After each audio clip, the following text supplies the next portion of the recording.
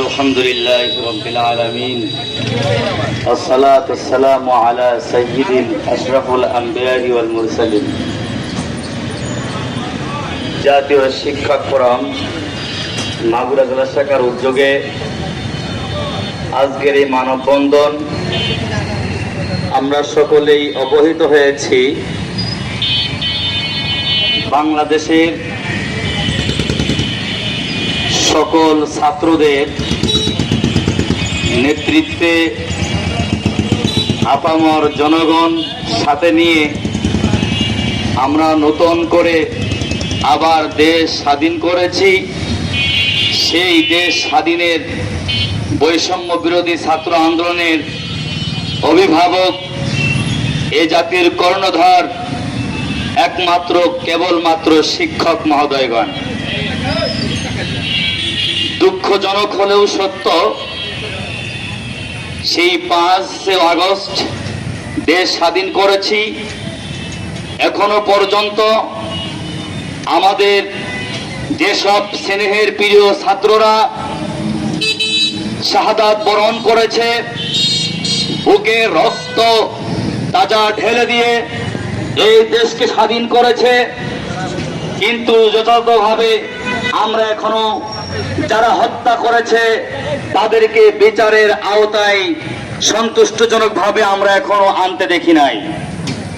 পাশাপাশি অনেক ছাত্ররা এখনো অসুস্থ হয়ে বাসা বাড়িতে হসপিটালে কাতরাচ্ছে, কিন্তু তাদেরকে যেভাবে সহযোগিতা এবং তাদের সুস্বাস্থ্য, তাদের চিকিৎসার প্রয়োজন ছিল, সেভাবে আমরা এখনো অন্তর্বর্তীকালীন সরকারের পক্ষ থেকে আমরা সেভাবে কোনো কিছু পাচ্ছি না। আমরা স্পষ্ট করে বলতে চাই, এই শিক্ষক মহোদয়েরা এই জাতির শ্রেষ্ঠ সন্তান। যদি এই বৈষম্য ছাত্র আন্দোলনরা, বৈষম্য বিরোধী ছাত্র আন্দোলনদের অধিকার নিশ্চিত না হয়, তাদের যে আশা নিয়ে, বুক ভরা ব্যথা নিয়ে এই দেশের রাজপথে রক্তের বিনিময়ে শাহাদাত অর্জন করেছেন, দেশ স্বাধীন করেছেন, আমরা যেন আবার পুনরায় রাস্তায় না নামতে হয়। এই ছাত্ররা আমাদের নেতৃত্বে এই কাজ করেছে। আমরা এতটুকু বলেই ক্ষান্ত নাই, আমরা এখনো কিন্তু ছাত্রদের পেছন থেকে অভিভাবক হয়ে মাঠ ছাড়ি নাই।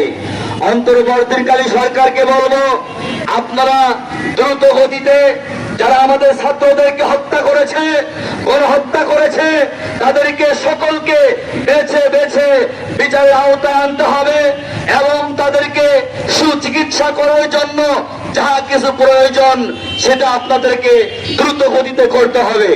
আর পাশাপাশি একটা কথা না বললেই নয়, দীর্ঘ সময় আমরা শিক্ষকরা জিম্মি হয়েছিলাম সেকুলারিজমদের কাছে। আমরা স্পষ্ট করে বলতে চাই, এদেশে দেখা যায় আমাদের শিক্ষাঙ্গনেও, লেখাপড়ার মাঝেও অনেকটাই বৈষম্যটা আমরা দেখতে পারি।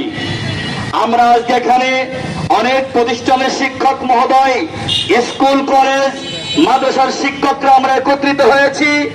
আজকে আমরা দেখতে পাচ্ছি বারবার করে একটা বিষয় যে দুঃখের সাথে বলতে হয়, 2000 সাল পর থেকে নিয়ে কেমন জানি শিক্ষাঙ্গনকে উন্নয়ন করার জন্য যে ফ্যাসিবাদী সরকার ছিল, বারবার করে দেখতাম শিক্ষাঙ্গন উন্নয়ন করতে হবে, শিক্ষার মান উন্নয়ন করতে হবে। কাদের মতো? ইউকে, ফিনল্যান্ড, অস্ট্রেলিয়ার মতো। কিন্তু আসলে শিক্ষা অঙ্গনকে উন্নত করবে, শিক্ষার মান উন্নয়ন করবে এই বাংলাদেশে কি করলে মান উন্নয়ন হবে, এই চিন্তাটা কারোর ভেতরে ছিল না।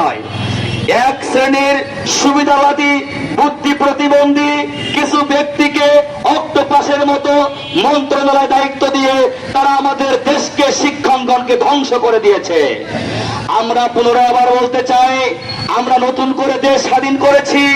এই সোনার বাংলাদেশে যদি শিক্ষাঙ্গনে আমরা ধর্ম বর্ণ আমরা এই চিন্তাটা আমাদের ভেতরে কোন প্রকার বৈষম্য নাই, আমরা সাম্প্রদায়িক নই, কিন্তু পর্যায় করে বারবার করে দেখতে পারি কেমন জানি ইসলামী শিক্ষা নিয়ে এত চুলকানি কেন আসে। মাঝে মাঝেই ট্রান্সজেন্ডার, মাঝে মাঝেই সমকামিতা, আবার শিক্ষাঙ্গনকে উন্নয়ন করার জন্য আজ নয় কাল সৃজনশীল কারিকুলাম চেঞ্জ পৃথিবীর ইতিহাসে একমাত্র বাংলাদেশ ছাড়া কোথাও দেখা যায় নাই। আমরা স্পষ্ট করে বলতে চাই, শিক্ষাঙ্গন এখানে দাঁড়িয়েছি, আপনারা অন্তর্বর্তীকালীন সরকার হয়েছেন, বিগত যে ফ্যাসিস্ট সরকার তিনি অক্টোপাসের মতো বসে থেকে এই বাংলাদেশের শিক্ষাঙ্গনকে ধ্বংস করে দিয়েছে। প্রত্যেকটা ছাত্রকে সেকুলারিজম বানানোর জন্য, ইসলাম বিদ্বেষী বানানোর জন্য সর্বোচ্চ পায়তারা তারা করেছে। অন্তর্বর্তীকালীন সরকারকে উদারতা আহ্বান জানাবো, আপনি দ্রুত গতিতে এই শিক্ষাঙ্গনকে, আমাদের ছাত্রদেরকে যথাযথভাবে যে পর্যায়ে আমাদের দেশ উন্নত হবে, শিক্ষাঙ্গন উন্নত হবে, সেই ব্যবস্থা দ্রুত গতিতে আপনি নিয়ে নেন। আর পরিশেষে কথা বলতে চাই, আমরা আজ পর্যন্ত দেখি নাই আমাদের দেশে অনেক বড় বড় ব্যক্তি যারা ইসলাম শিক্ষার উপরে ডক্টরেট করেছে, এমন কোন ব্যক্তিকে আজ পর্যন্ত কারিকুলাম পরিবর্তনের জন্য একজনকেও আপনি রাখেন নাই। আমরা স্পষ্ট করে বলতে চাই, অন্তর্বর্তীকালীন সরকার মহোদয় ডক্টর ইউনূস আহমদ সাহেবকে বলতে চাই, আপনি যদি পুনরায় ফ্যাসিস্ট সরকারের মতো ওই নিয়ম চালু করেন, আমরা আবার রাজপথে নামবো। এই ইসলাম শিক্ষার অনেক ডক্টরেট আছে এই দেশে, অনেক জ্ঞানীগুণী আছে। ইতিমধ্যে দেখতে পাচ্ছি অনেক মন্ত্রী মহোদয়কে অনেক অনেক মন্ত্রণালয়ের দায়িত্ব দিয়েছেন, কিন্তু বাংলাদেশে এই মন্ত্রণালয়ে অনেক বিজ্ঞ ব্যক্তি, বড় ব্যক্তি, ডক্টর আফমো খালিদ হুসাইন সাহেব আসছে, তাকেও কিন্তু এরকম আরো মন্ত্রণালয়ের দায়িত্ব দিলে, শিক্ষাঙ্গনের মতো জায়গা দিলে এই দেশ সুন্দর হয়ে যাবে, শিক্ষাঙ্গন সুন্দর হয়ে যাবে। আমি এ কথা বলেই আমি সর্বশেষ বলতে চাই, আমাদের জন্য পুনরায় আবার রাস্তায় না নামতে হয়। সুতরাং এই শিক্ষকদের অধিকার আপনি নিশ্চিত করেন, তাদের অবকাঠামো ঠিক করেন, তাদের বেতন ব্যবস্থা ঠিক করেন। অবশ্যই এই ছাত্ররা তারা উল্লেখযোগ্য জায়গায় পৌঁছাইতে পারবে। এই বাংলাদেশকে শিক্ষাঙ্গন বাংলাদেশের ইতিহাস নয়, সারা পৃথিবীর ইতিহাসে বাংলাদেশ শ্রেষ্ঠ মর্যাদা উত্তীর্ণ করতে পারবে। নাসরুম মিনাল্লাহ ওয়া ফাতহুন করিব ওয়া বাশশিরিল মুমিনিন।